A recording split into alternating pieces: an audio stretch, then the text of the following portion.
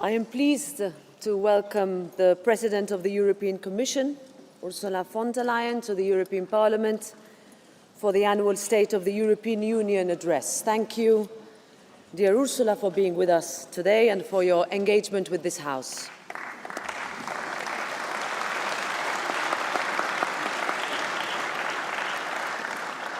In these unprecedented times, dear colleagues, we need clarity and we need resolve.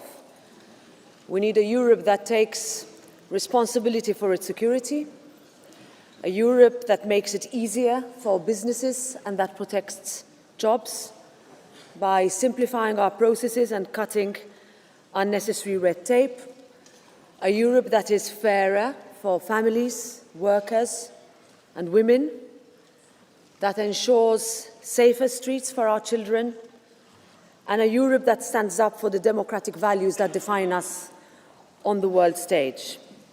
When the world too often feels like it is on fire with Russia's aggression against Ukraine, the horrific situation in Gaza and the Middle East, a redefined transatlantic relationship, and more engagement of Europe across the world, this Parliament and the people we represent are very eager to hear how Europe can step up with new and bold ideas. And I know that this, as always, will be a lively and energized debate, and that it will be based on mutual respect, protecting the dignity of this House.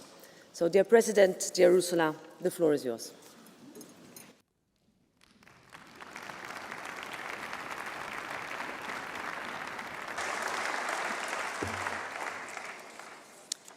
Thank you very much, President Metsola, Minister, honorable members.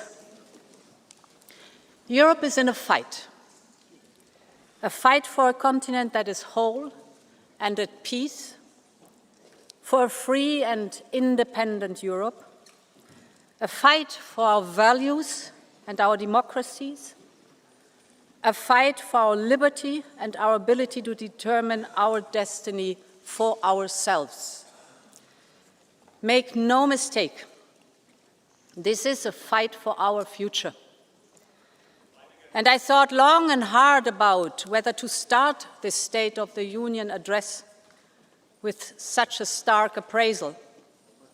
After all, us Europeans are not used to or comfortable with talking in such terms, because our union is fundamentally a peace project.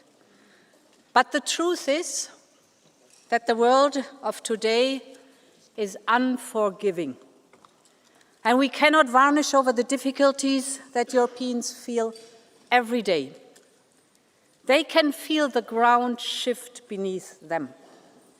They can feel things getting harder, just as they are working harder.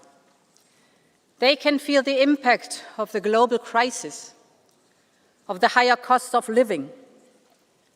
They feel the speed of change affecting their lives and their careers. And they worry about the endless spiral of events they see on the news, from the devastating scenes in Gaza to the relentless Russian barrage on Ukraine. We simply cannot wait for this storm to pass. This summer showed us that there is simply no room or no time for nostalgia. Battle lines for a new world order based on power are being drawn right now. So yes, Europe must fight for its place in the world, in which many major powers are either ambivalent or openly hostile to Europe, a world of imperial ambitions and imperial wars, a world in which dependencies are ruthlessly weaponized. And it is for all these reasons that a new Europe must emerge.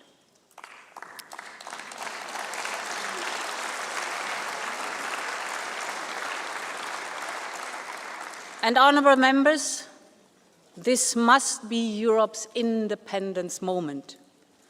I believe this is our union's mission. to be able to take care of our own defense and security, to take control over the technologies and energies that will fuel our own economies, to decide what kind of society and democracy we want to live in, to be open to the world and choose partnerships with allies, old and new. Ultimately, it is about having the freedom and the power to determine our own destiny. And we know we can do it, because together we have shown what is possible when we have the same ambition, unity, and urgency. I must say I've lost count of the number of times that I was told that Europe could not do this and could not do that in the pandemic, on the recovery plan, on defense, on supporting Ukraine, on energy security, and the list goes on. Every time Europe stood united and made it. And we need to do the same now.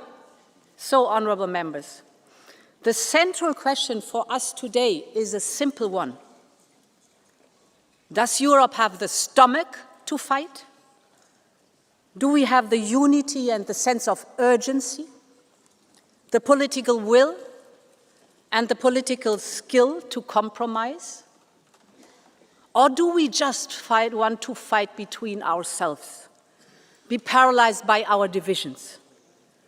That is what all of us have to answer. Every member state, every member of this House, every commissioner, all of us. And in my eyes, the choice is very clear. So my pitch today is a pitch for unity. Unity between member states. Unity between European institutions. Unity between the pro-European democratic forces of this House.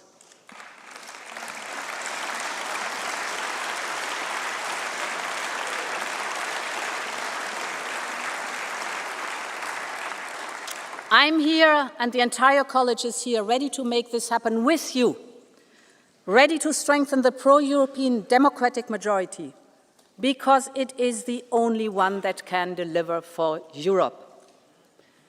Honourable members, freedom and independence are what the people of Ukraine are fighting for every day. People like Sasha and his grandmother. Sasha was only 11 years old when the Russians attacked. He and his mother sought refuge in a basement in their town in Mariupol. One morning they went out to get some food, and that's when all hell broke loose. A rain of Russian bombs on a civilian neighborhood. All became dark, and Sasha felt his face burning. He had shrapnel just below his eyes. In a matter of days, Russian soldiers stormed the city. They took Sasha and his mom to what the Russians called a filtration camp. Then Sasha was taken away. They told him he didn't need his mom. He would go to Russia and have another Russian mother, a Russian passport, a Russian name. They sent him to occupied Donetsk. But Sasha did not give up. On a stop on the way, he asked to borrow a stranger's phone.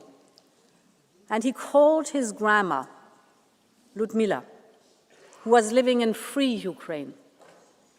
Baba, just take me home. She didn't hesitate a second. Her friends told her she was crazy to go, but Ludmila moved mountains to get to him. And with the help of the Ukrainian government, she traveled to Poland, to Lithuania, to Latvia, Russia, and finally into occupied Ukraine. She got Sasha back, and through the same long journey brought him to safety. But their hearts are still broken. Every single day they keep fighting to find Sasha's mom, stuck somewhere by Russia's brutal war. I would like to thank Sasha and Ludmila for allowing me to share their story. I'm honored that they are here with us today, and honorable members, Please join me in paying tribute to Sasha, to Ludmila, and to Ukraine's relentless fight for freedom. Let's stand up. Stand up. Stand up.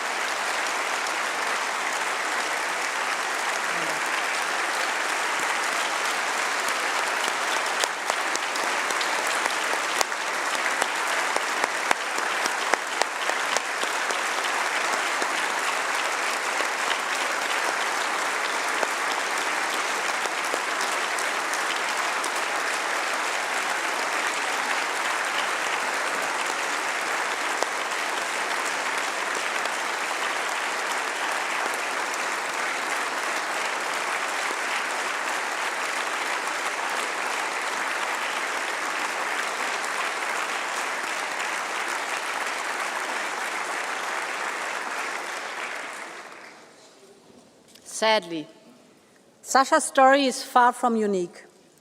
There are tens of thousands more Ukrainian children whose fate is unknown, trapped, threatened, forced to deny their identities. We must do everything in our power to support Ukraine's children.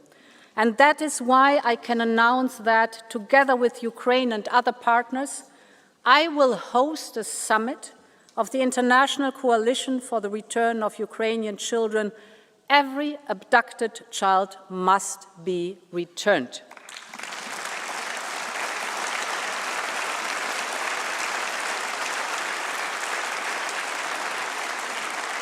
Honourable members, this war needs to end with a just and lasting peace for Ukraine. Because Ukraine's freedom is Europe's freedom. The images in Alaska were not easy to digest. But just a few days later, European leaders came to Washington to support President Zelensky and secure commitments. Real progress has been made since then. Just last week, 26 countries in the coalition of the willing said they were ready to be part of a reassurance force in Ukraine or participate financially in the context of a ceasefire. We will continue to support all diplomatic efforts to end this war. But we have all seen what Russia means by diplomacy.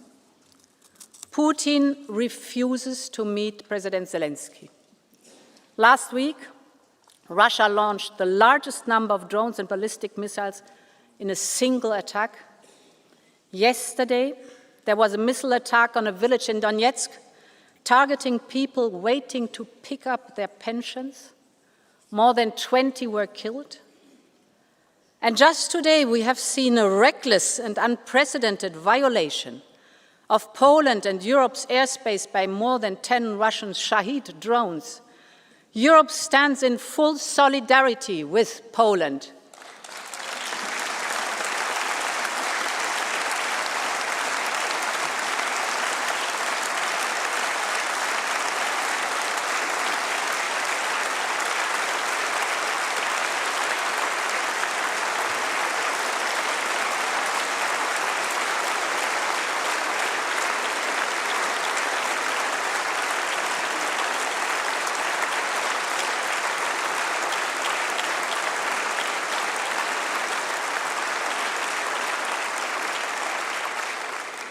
Putin's message is clear, and our response must be clear too.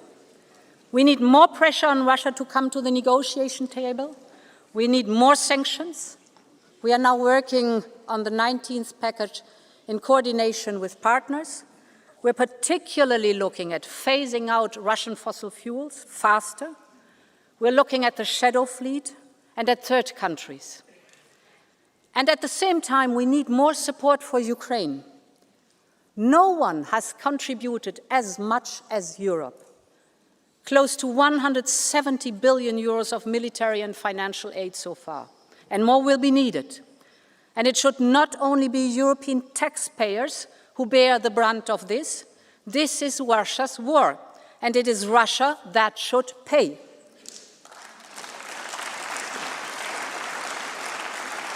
And this is why we need to work urgently on a new solution to finance Ukraine's war response and effort, on the basis of the immobilized Russian assets. With the cash balances associated to these Russian assets, we can provide Ukraine with a reparations loan. The assets themselves will not be touched, and the risk will have to be carried collectively.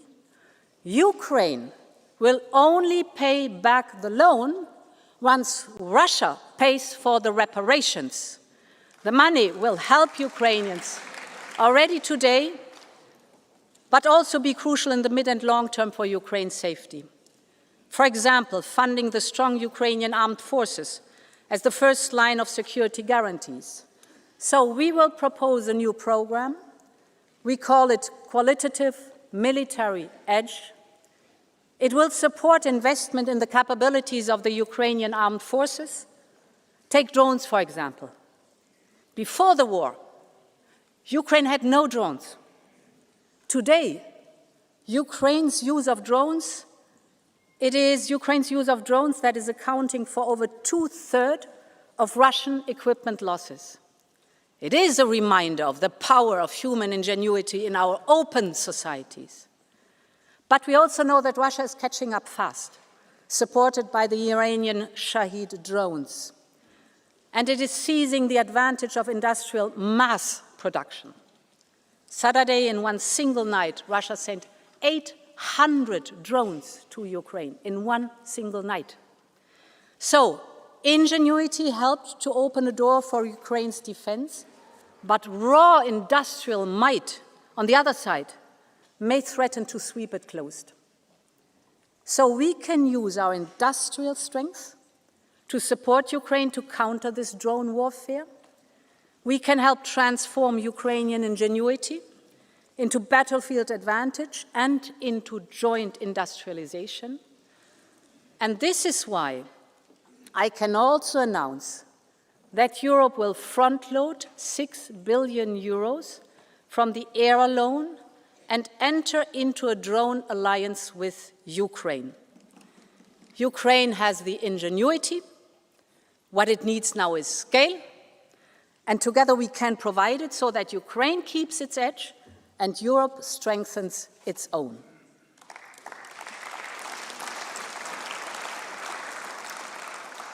Mesdames et Messieurs les députés, l'économie de guerre de Poutine continuera même si la guerre cesse. Cela signifie que l'Europe doit être prête à assumer la responsabilité de sa propre sécurité. Bien sûr, l'OTAN restera toujours essentielle, mais seule une posture de défense européenne forte et crédible peut garantir notre sécurité. Et nous avons accompli des progrès historiques ces dernières années pour bâtir notre Union européenne de la défense.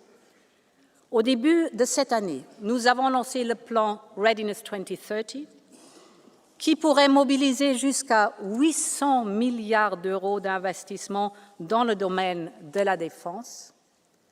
Cela inclut le programme SAFE, désormais prêt à fournir 150 milliards d'euros pour des achats communs. 19 États membres ont déjà soumis une demande. Le programme est complètement souscrit. Ça, c'est une très bonne nouvelle. Nous travaillons aussi à accorder une prime à ceux qui soutiennent l'Ukraine ou achètent du matériel ukrainien. C'est une aide financière d'urgence face à un besoin urgent. La semaine dernière, j'ai pu le constater de mes propres yeux en visitant les États membres en première ligne. Ce sont eux qui connaissent le mieux la menace russe. Et sans aucun doute, le flanc oriental de l'Europe protège toute l'Europe, de la mer Balte à la mer Noire.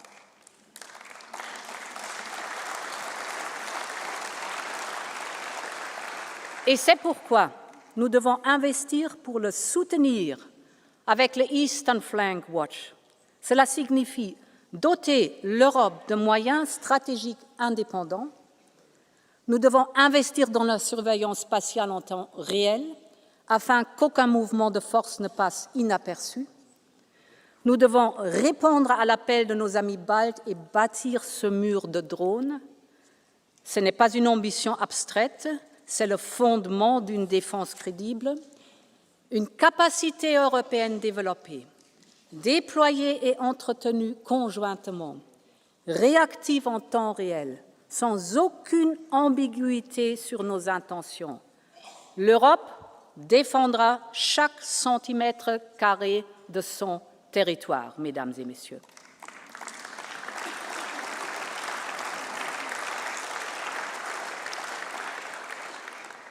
Et dans tous les pays que j'ai visités, j'ai entendu le même message. Il n'y a pas de temps à perdre.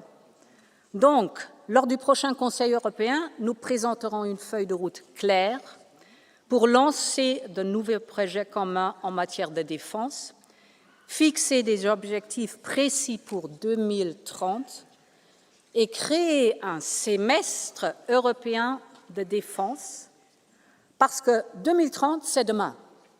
Et c'est aujourd'hui que l'Europe doit se préparer. Honourable members, when we talk about independence, we're talking about choosing our destiny. That is what Ukraine is fighting for. And that is what all Europeans deserve. Because Europe is an idea, the idea of freedom and mutual strength. This was the idea that drove the post-1989 generation, when East and West came together. And it is as powerful now as it was then. And this is why we are bringing future member states closer to our union, investing, supporting reforms, integrating into the single market. We must keep up the speed on this merits-based process, because only a united, I would even say a reunited Europe can be an independent Europe. A larger and stronger union is a security guarantee for all of us. And because for Ukraine, for Moldova, and for the Western Balkans, their futures in our union, let's make the next reunification of Europe happen together.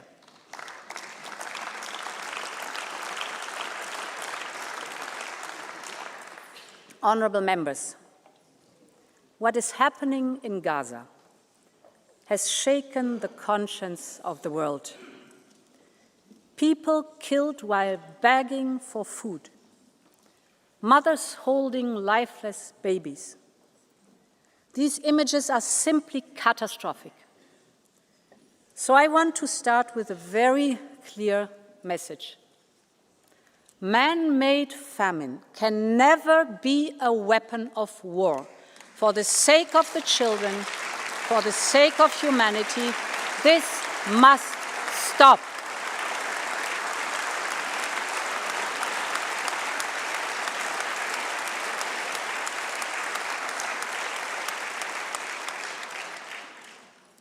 This is also part of a more systematic shift in the last month that is simply unacceptable. We have seen the financial suffocation of the Palestinian Authority. The plans for settlement project in the so-called E1 era, which would easily cut off the occupied West Bank from East Jerusalem. The actions and statements by the most extremist ministers of the Israeli government, which incite violence. All of this points to a clear attempt to undermine the two-state solution, to undermine the vision of a viable Palestinian state, and we must not let this happen.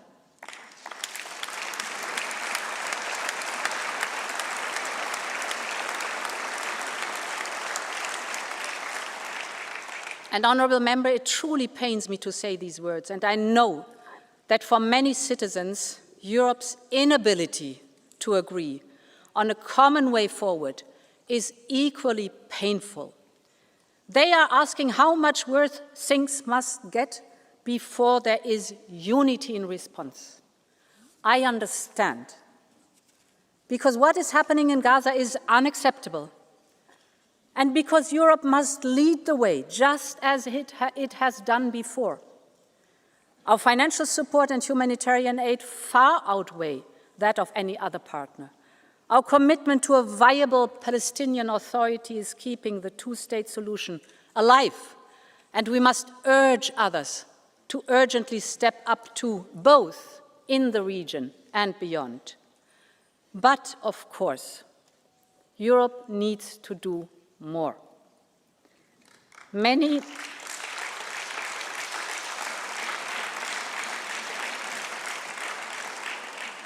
member states have moved ahead on their own. On our side, we proposed to suspend parts of our Horizon funding, but this is stuck without a majority. We must overcome this. We cannot afford to be paralyzed. And this is why I will propose a package of measures to carve out a way forward. First, the Commission will do all that it can do on its own. We will put our bilateral support to Israel on hold. We will stop all payments in these areas without affecting our work with Israeli civil society or Yad Vashem. Second, we will make 2 further proposals to the Council. We will propose sanctions on the extremist ministers and on violent settlers.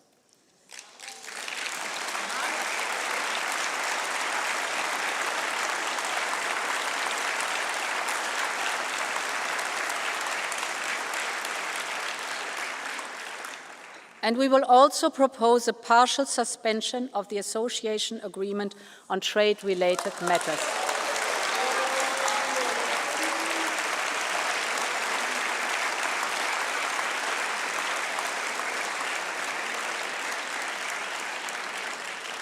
I am aware it will be difficult to find majorities. And I know that any action will be too much for one and too little for others.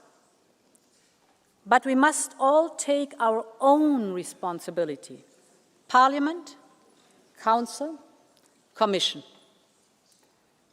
My third point: we will set up a Palestine donor group next month, including a dedicated instrument for Gaza reconstruction.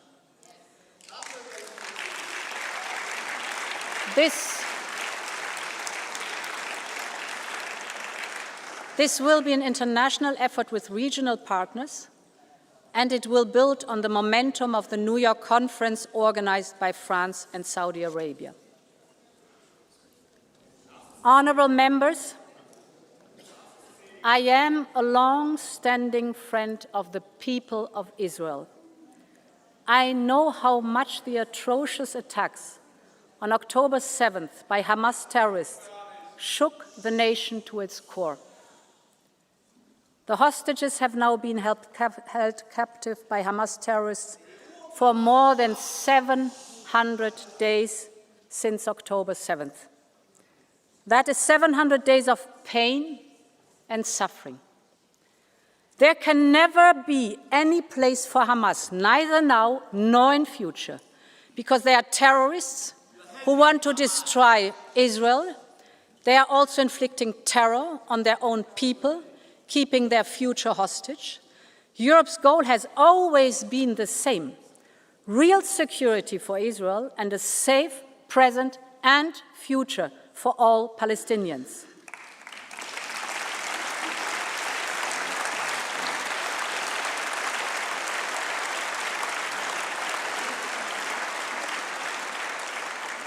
And that means that hostages must be released, that there should be unrestrained access to all humanitarian aid, and that there must be an immediate ceasefire. But in the longer term, the only realistic peace plan is based on 2 states, living side by side in peace and security, with a secure Israel, a viable Palestinian Authority, and the scourge of Hamas removed. That is what Europe has always stood for, and it is time to come together and help make this happen.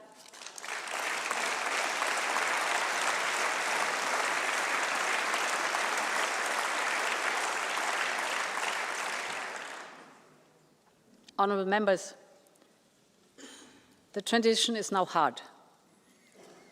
I want to speak about competitiveness. I know,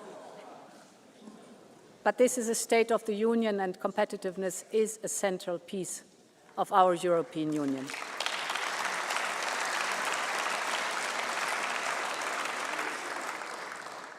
Europe's independence will depend on its ability to compete in today's turbulent times.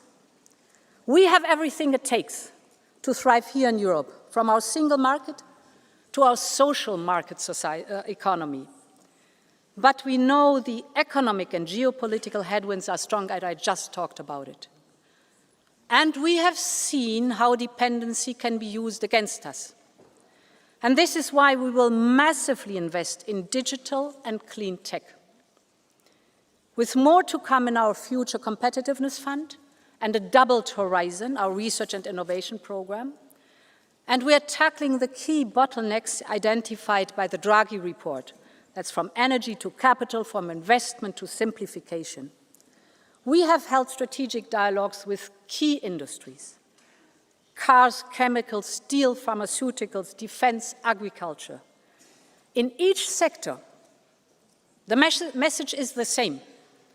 To protect jobs, we need to make business in Europe easier.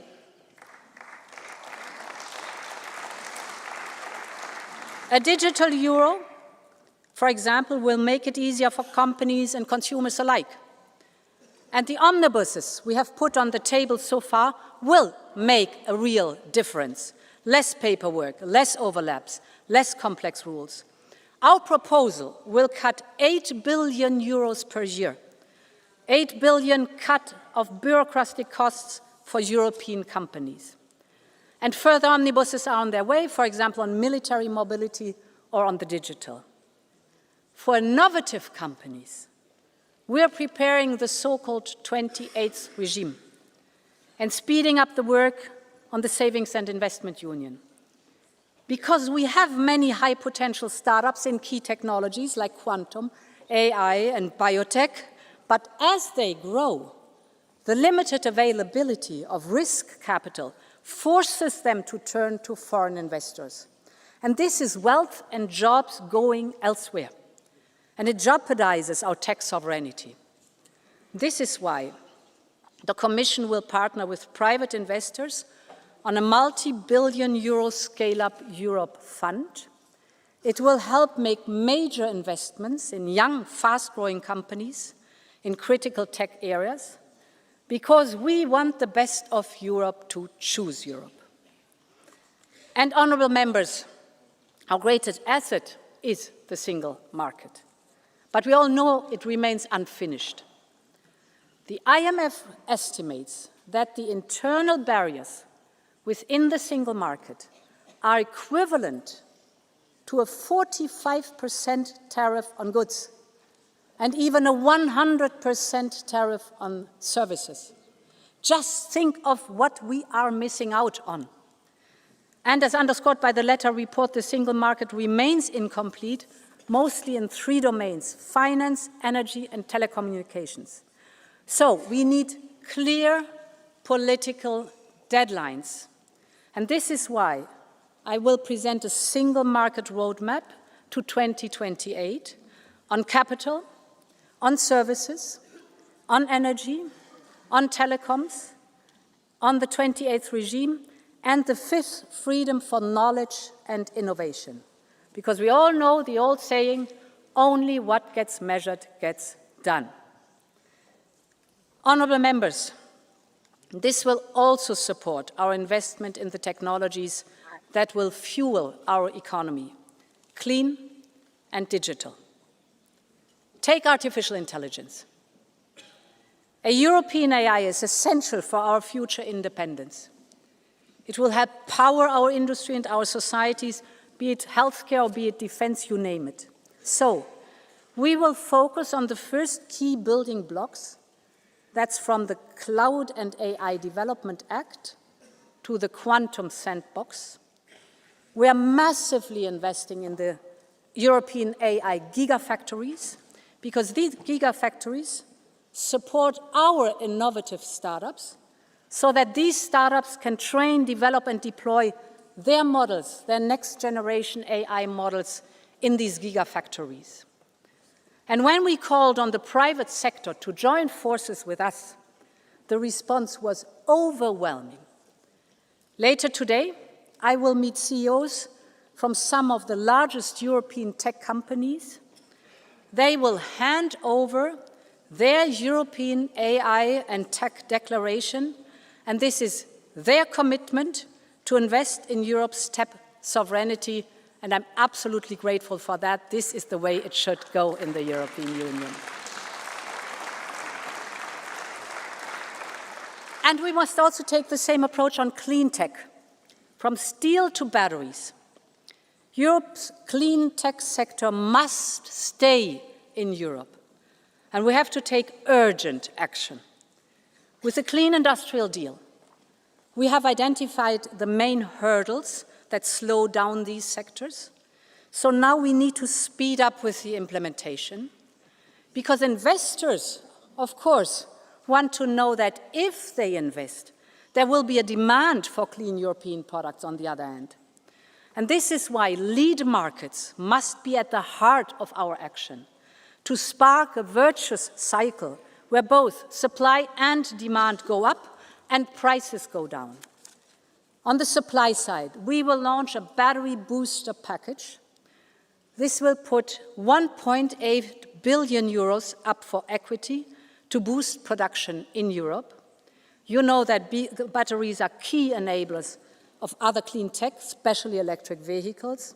So this goes to the heart of our economic independence. On the demand side, we must urgently drive demand for European industrial leadership in clean tech.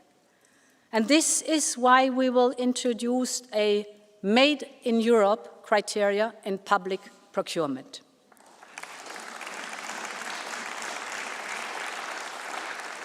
And when we invest in Global Gateway, for example, we set strong incentives for partners to buy European.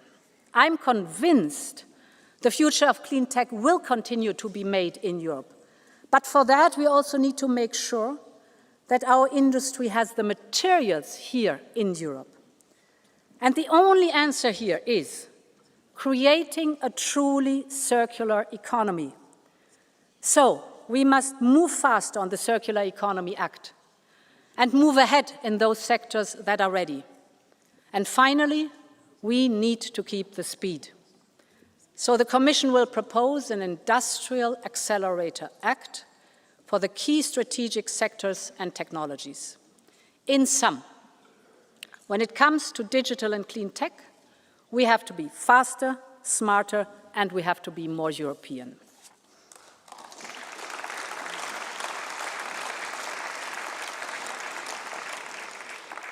Honourable members, already today, low-carbon sources account for over 70% of our electricity.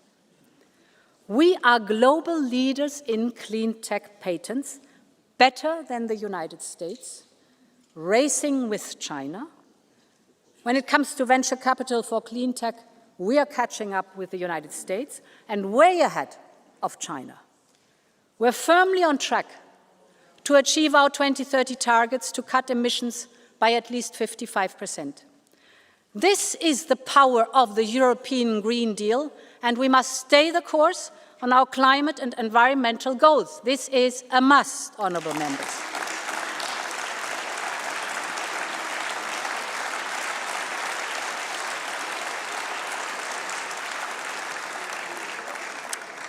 And the science is very clear. And the economic and security case is equally compelling. In fact, this transformation is central to our push for independence because it reduces our energy dependency, because circular production limits our strategic dependencies, and because it creates front-runner industries that can export the solutions to others. When I speak to the Global South, from Africa to India to the Central Asia, they are looking for solutions. These are rapidly evolving markets, and the jury is still out for who will dominate these markets of the future.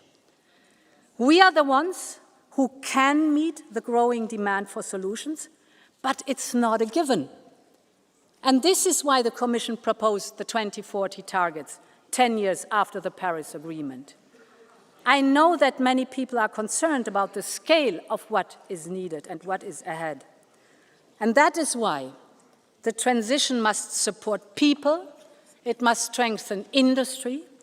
This also means massive boosting of public and private investment, creating lead markets for circular and clean products. That delivers jobs and that delivers investment in Europe. Ensuring a just transition for all, for example, with a social climate fund, and securing the global level playing field, notably by promoting carbon pricing. Europe must protect its industries. They are doing the right thing to decarbonize, and they should be rewarded and incentivized.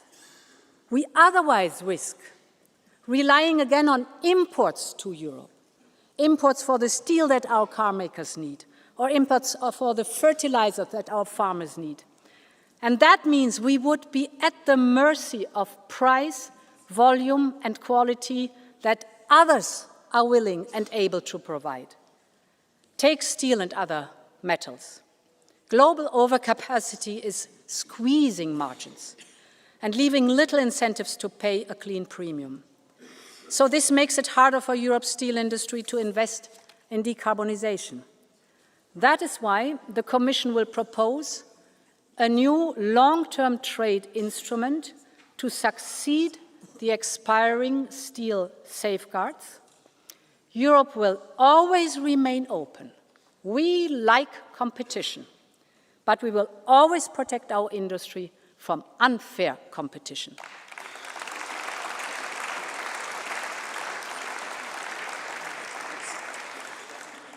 Honourable members, when we talk about competitiveness, we talk about jobs.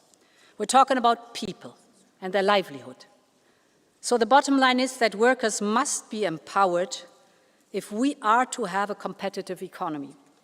And that is why we will propose a Quality Jobs Act to ensure that modern employment keeps pace with the modern economy.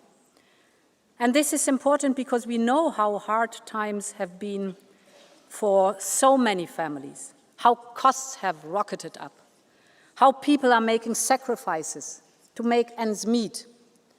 This is a matter of basic social justice. This is why we urgently need an ambitious European anti-poverty strategy.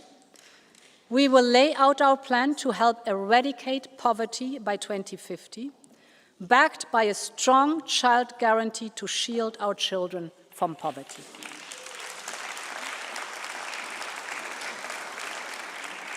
And we will also put forward a series of packages on affordability and the cost of living. Allow me to give you 4 telling examples. The first is energy. When the energy costs rise, it is not just a number on the bill. It is every single part of people's life that is affected. So at the height of the energy crisis in the last years, Europe acted. And thanks to that common effort, we quickly managed to stabilize prices and secure supply. We are now on the path to energy independence.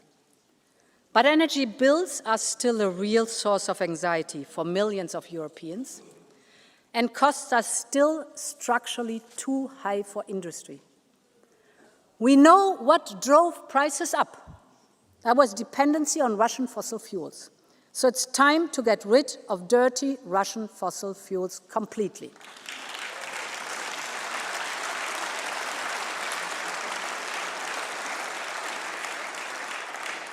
And we know what brings prices down, and that is clean, homegrown energy. We need to generate more homegrown renewables with nuclear as a base load, but we also need to urgently modernize and invest in our infrastructure and our interconnectors. This is why we will propose a new grids package to strengthen our grid infrastructure and speed up permitting. And to go with that, I'm presenting today a new initiative called Energy Highways. We have identified 8 critical bottlenecks in our energy infrastructure that goes from the Øresund Strait to the Sicilian Canal. We will now work to remove these bottlenecks one by one. We will bring governments and utilities together to address all outstanding issues because Europeans need affordable energy right now. And honourable members, a home is not just 4 walls and a roof. It is safety. It is warmth. It's a place for family and friends. It is belonging. But for too many Europeans today, home has become a source of anxiety. It can mean debts and uncertainty. The numbers tell a painful truth. House prices are up by more than 20% since 2015. Building permits down by over 20% in 5 years. This is more than a housing crisis. This is a social crisis. It tears Europe's social fabric. It weakens our cohesion, and it also threatens our competitiveness. Nurses, teachers, and firemen cannot afford to live where they serve. Students drop out because they cannot pay the rent. Young people delay starting families. This is why still this year, after receiving your input, we will present the first ever European affordable housing plan to make housing more affordable, more sustainable, and of better quality. It will be a European effort anchored in local realities. We need a radical overhaul of the way we tackle this issue. We need to revise our state aid rules to enable housing support measures. We need to make it much easier to build new houses and student residences. And we will also propose a legal initiative on short-term rentals to tackle the remaining issues. So we need all of society, all lawmakers, all stakeholders to come together. And in this spirit, we will convene the first European Housing Summit to ensure it is at the top of our agenda. Honourable Member, housing is a dignity. It is about fairness. It is about Europe's future. 8 years ago, the European Pillar of Social Rights made housing a social right in Europe. So it's time to turn this promise now into reality.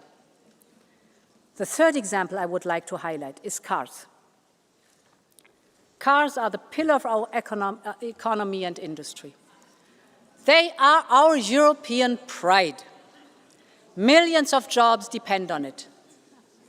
Earlier this year, we gave the sector more flexibility to reach their 2025 targets. This is working.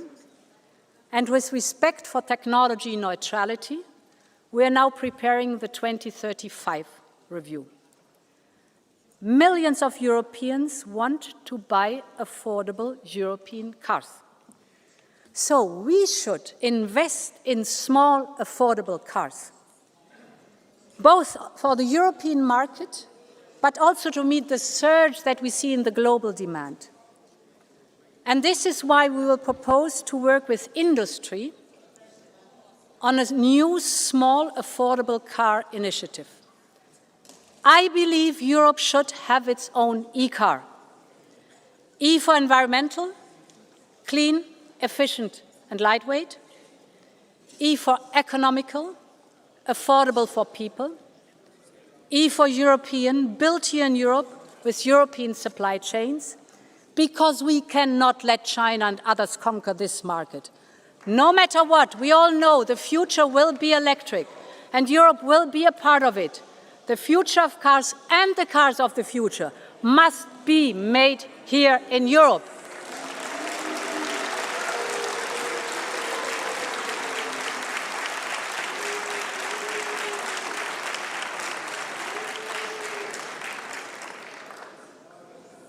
Honourable Member, the final example I want to highlight is linked to food. In Europe, we have access to high-quality food that our outstanding farmers and fishers produce at affordable prices. They are also the custodians of our lands and oceans, our biodiversity, the key to our food security. But they are facing headwinds from high input costs to red tape or unfair competition. We're acting on all those fronts. We have simplified the CAP, less paperwork, more trust. We have ring-fenced income support in the next MFF and made sure that funding can be topped up by national and regional envelopes. But our farmers need fair competition and a level playing field. This is essential. And this is why we have robust safeguards in our trade deal with Mercosur, backed up by funding if compensation is needed. We also need to strengthen the position of farmers in the food chain. For too long, their hard work has not paid off as it should. Farmers have a right to a fair price for their food and a fair profit for their families. We will therefore review the implementation of our unfair trading practices legislation and take action wherever it is needed. And I can announce today that we will boost our promotion budget to launch a new Buy European Food campaign, because we can proudly say that our European food is the best in the world.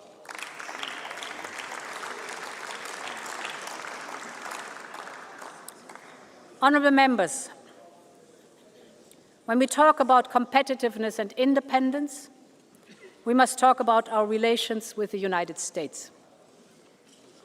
I've heard many things about the deal agreed in summer.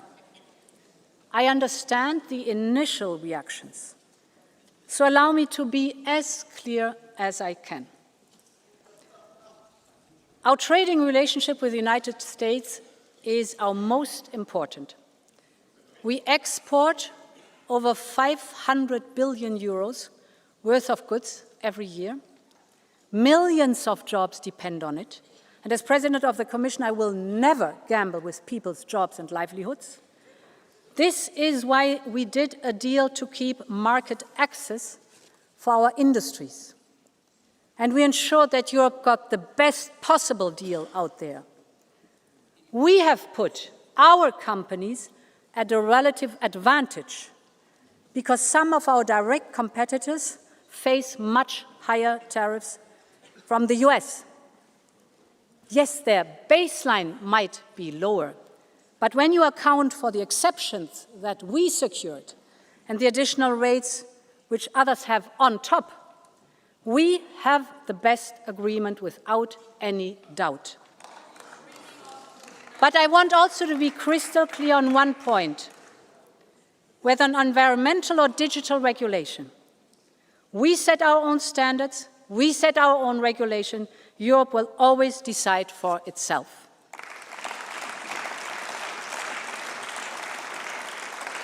And honourable members, I do not believe in tariffs. Tariffs are taxes. But the deal provides crucial stability in our relations with the United States at a time of grave global insecurity. Think of the repercussions of a full-fledged trade war with the United States.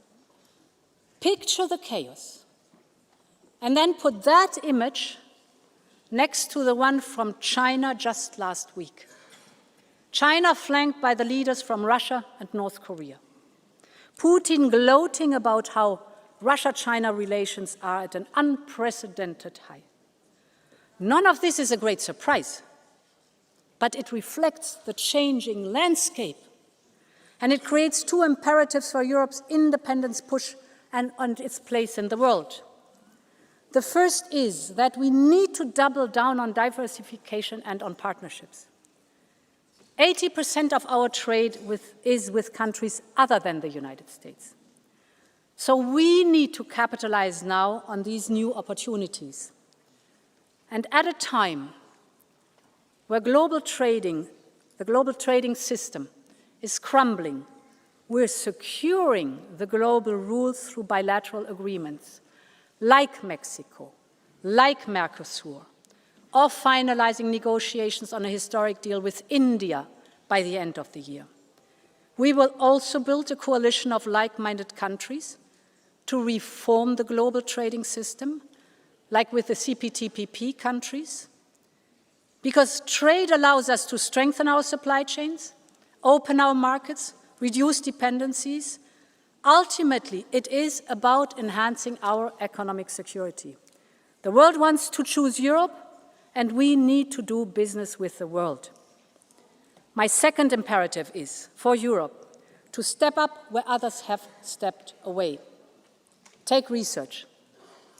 Science has no passport, no gender, no ethnicity, and no political color. It is one of the most valuable global goods. And this is why the Commission announced the Choose Europe package of 500 million euros to attract and retain the best scientists and researchers.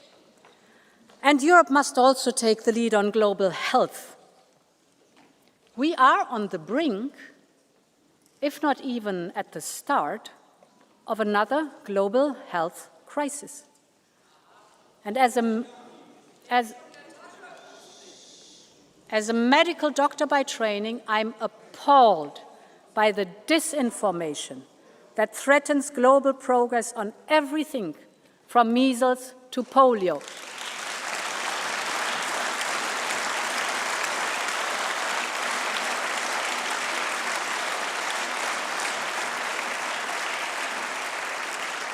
And this is why today I can announce that the European Union will head a new global health resilience initiative, because the world is looking to Europe and Europe is ready to lead.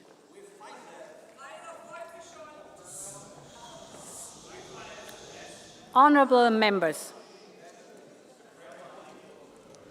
Europe's independence is about protecting our freedoms. And this is very important because these freedoms, this shouting side of the House should listen very carefully.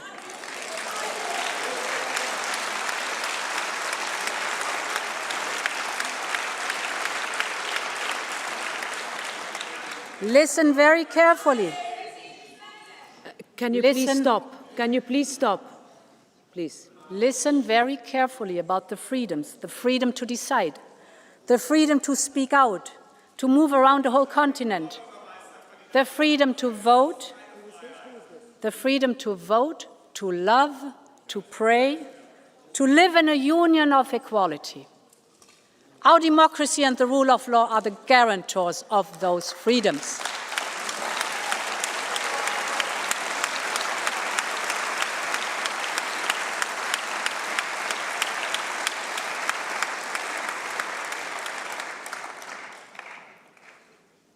This is why we have done so much to strengthen our tools and step up enforcement. We built a new rule of law cycle that ensures that problems are detected early and solved through engagement. We need an integrated annual cycle of the rule of law, a common rhythm, clear milestones, and contributions from all institutions.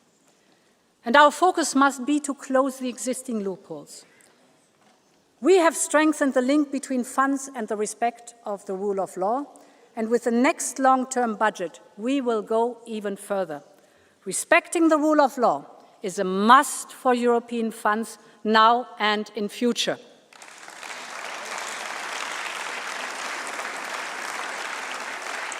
And honourable members, the rise in information manipulation and disinformation, as we hear, is dividing our societies. It is not only eroding trust in the truth, but also in democracy itself. This is why we urgently need the European Democracy Shield. We need more capacity to monitor and detect information manipulation and disinformation. So we will set up a new European Centre for Democratic Resilience. This will bring together the expertise and capacity of member states and neighboring countries. You obviously are fearing this new centre.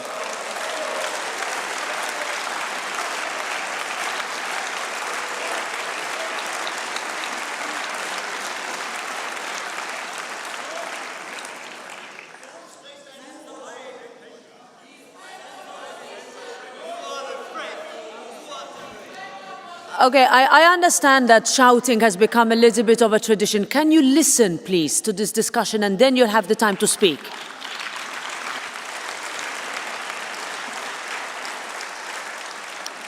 In some communities across Europe, traditional media are struggling. In many rural areas, the days of going out for local paper is a nostalgic memory. This has created many news deserts where disinformation thrives, and this is so dangerous for our democracy. Because informed citizens who can trust what they read and hear are essential to keep those in power accountable. And when independent media is dismantled or neutralized, our ability to monitor corruption and preserve democracy is severely weakened.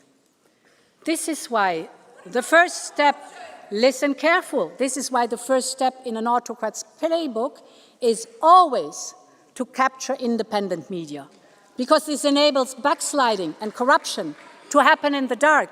So we need to do more to protect our media and our independent press. And this is why we will launch a new media resilience program.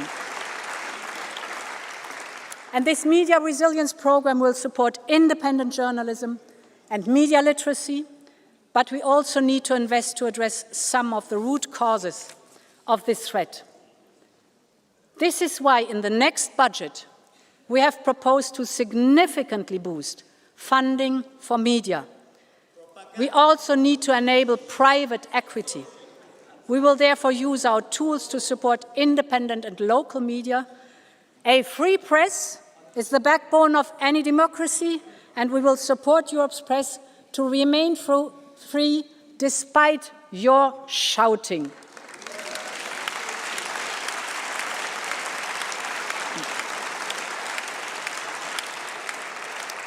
Honourable members, another important point.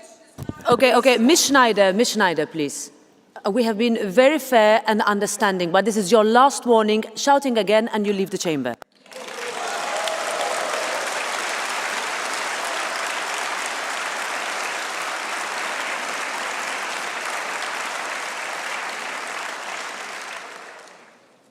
Let's have a look at social media. It has many, many benefits for connecting people. But I would like to raise one very specific topic. And this is the effects of giving our children unfettered access to social media. As a mother of 7 and a grandmother of 4, I feel the anxiety of parents who are doing their best to keep their children safe. These parents worry that when their children pick up a phone, they could be exposed to the wide-ranging dangers simply with a scroll. Online bullying, adult content, promoting self-harm, and algorithms that prey on children's vulnerabilities with the explicit purpose of creating addictions. Too often, mums and dads feel powerless and helpless, that they are drowning against the tsunami of big tech flooding their family homes. I strongly believe that parents, not algorithms, should be raising our children. And their voice must be heard. This is why today I'm here to tell you that I'm listening, just as in my days, we as a society taught our children that they could not smoke, drink, or watch adult content until a certain age.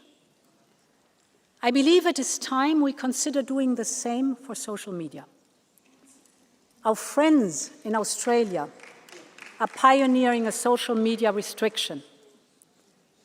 I'm watching the implementation of their policy closely to see what next steps we can take here in Europe. I will commission a panel of experts to advise me by the end of this year on the best approach for Europe. We'll approach this carefully and listen to everyone. And in all of this work, we will be guided by the need to empower parents and to build a safer Europe for our children. Because when it comes to kids' safety online, Europe believes in parents and not in profits.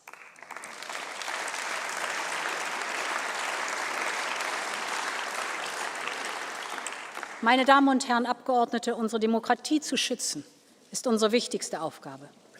Aber dafür müssen wir auch zeigen, dass die Demokratie Lösungen für die berechtigten Sorgen der Menschen hat. Nirgendwo ist das deutlicher spürbar als bei dem Thema Migration.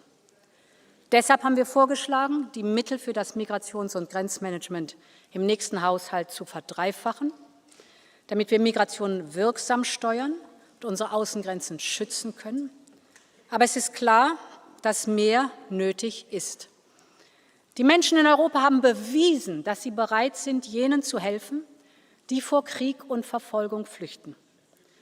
Aber die Frustration wächst, wenn sie den Eindruck haben, unsere Regeln werden missachtet. Deshalb müssen wir unsere Anstrengungen verstärken. Wir brauchen ein System, das menschlich ist, ohne naiv zu sein. Wir müssen mit der Rückkehr abgelehnter Asylbewerber in ihre Heimatländer ernst machen. Es kann doch nicht sein, dass nur 20% derjenigen, die nicht bleiben dürfen, Europa tatsächlich verlassen. Wir brauchen daher eine schnelle Übereinkunft beim gemeinsamen europäischen Rückkehrsystem.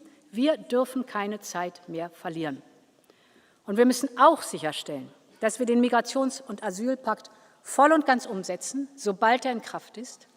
Er ist streng, aber fair. Und er wird nur funktionieren, wenn alle ihren Anteil leisten. Mitgliedstaaten aus Nord wie Süd, aus Ost wie West. Selbstverständlich werden wir unseren internationalen Verpflichtungen immer nachkommen.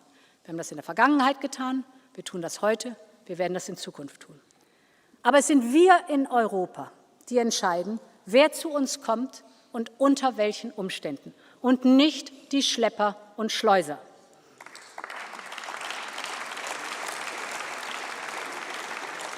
Die Schlepper und Schleuser machen Millionen und Abermillionen mit ihren zynischen, falschen und oft fatalen Versprechen. Deshalb müssen wir ihr Geschäftsmodell zerstören. Die Zahlen gehen zwar insgesamt zurück, aber immer noch versuchen zu viele Schleuser und Schlepper, illegal die Menschen über die Grenzen zu bringen, und oft sterben die Menschen auf dem Weg.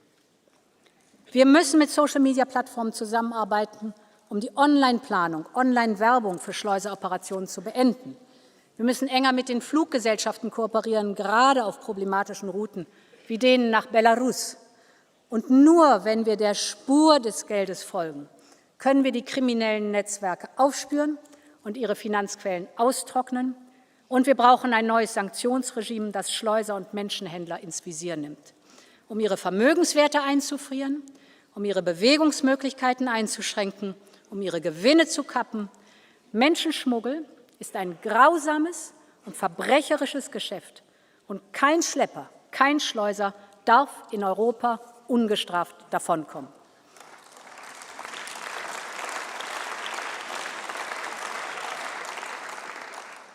Honourable Member, the point I want to make is simple. If it matters to Europeans, it matters to Europe. This is our enduring duty to deliver. This summer, we all saw the pictures of Europe's forests and villages on fire. More than 1 million hectares were burned. An area around 1/3 of the size of Belgium. The scale of the damage is enormous. And we know it is not a one-off. Climate change is making each summer hotter, harsher, and more dangerous. And this is why we have to radically step up our efforts into climate resilience and adaptations and nature-based solutions. But we must also give ourselves the tools to respond. And this is why we will propose to create a new European firefighting hub based in Cyprus, which could also support our regional neighbors. We know the difference our civil protection mechanism can make. Just over the summer, 760 brave Europeans were sent to all corners of Europe, literally running towards the flames. And I would like to conclude my speech with a tribute to them. The firefighters, the pilots, the crews, everyone stepped up. And I would like to tell you the story of a group of 20 Greek rangers. They are specialists in taming the fiercest of forest fires. When the fires erupted in the Asturias region, Spain called Europe for help. And Greece answered the call. The flames were so vast, the smoke could be seen from space. But for 5 days, these 20 Greek rangers stood shoulder to shoulder with their Spanish colleagues. As the flames swept closer to the village of Genestoso, they fought day and night to contain the inferno. And in the end, together, they tamed the fire and the village was saved. And honorable members, it is such an honor to welcome one of these heroes today. The leader of the Greek team, Lieutenant Nikolaios Paisios. Lieutenant, dear Nikolaios, your courage is an inspiration to all of us.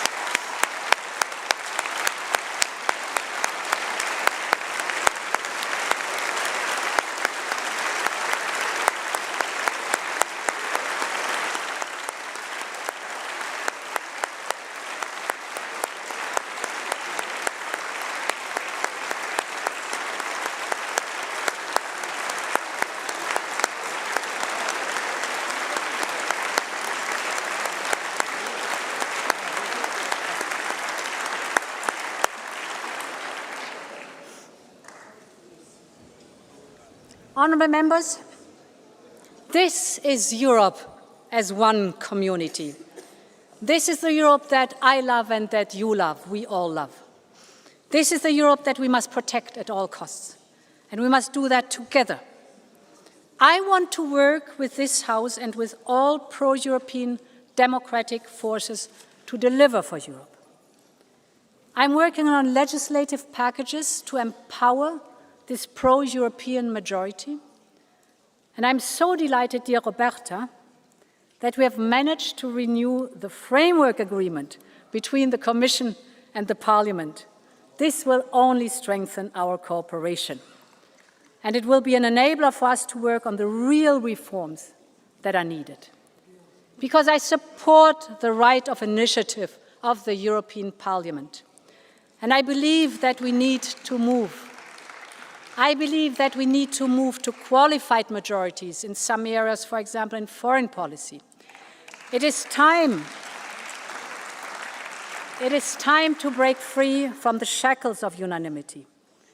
The point is that we need to make sure that our union is faster and can deliver.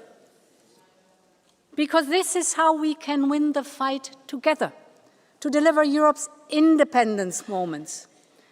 And let's remember that we have always had to fight for our freedoms, for the generation that fought hard and hand in hand across our continent, to the underground press that kept the flame of freedom alive across Central and Eastern Europe during the Cold War, or the forest brothers in the Baltics who resisted Soviet oppression at every turn.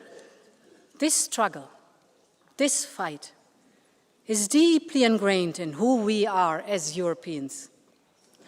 80 years ago, our continent was hell on earth. 40 years ago, our continent was divided by a wall. But on each occasion, Europeans decided to fight for a better future, to make itself whole and to make the whole strong. And that is what I will strive for every single day with you, honourable members. Long live Europe. Thank you so much.